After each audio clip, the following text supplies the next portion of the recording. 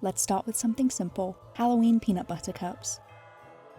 Melt some dark chocolate, then spoon a layer into your Halloween molds, and you can just use a regular cupcake tray. Let those set in the freezer while you mix together the filling, then scoop your mixture in and cover with the rest of your melted chocolate. Freeze again until firm, and you've got the perfect sweet treat to keep on hand. Next, a savory favorite, the pumpkin cheese ball. Mix softened cream cheese with your seasonings, shape that into a ball, then roll in shredded cheddar cheese until completely coated. Wrap it tightly in saran wrap and tie with some twine to shape the pumpkin ridges. While that chills in the fridge, I'm using some fun cookie cutters to shape my tortilla chips before I spray them with oil, sprinkle with salt, and bake until crispy.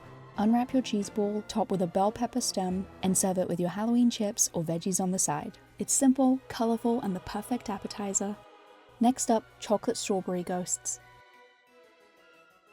Start by dipping your strawberries in melted white chocolate and set them on a parchment paper lined tray, letting a little extra drip down to form the ghost tails. Once that's set, use melted dark chocolate to add the faces, and that's it. They're so quick to make and always disappear fast.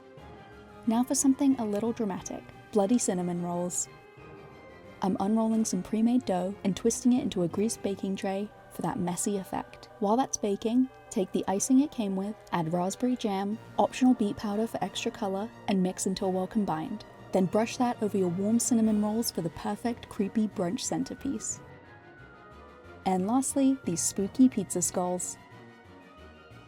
I started by pressing pre-made pizza dough into my skull molds and filled them with pizza sauce, mozzarella cheese, and pepperoni. Seal them up well, then bake until golden. These came out so delicious and definitely a crowd favorite.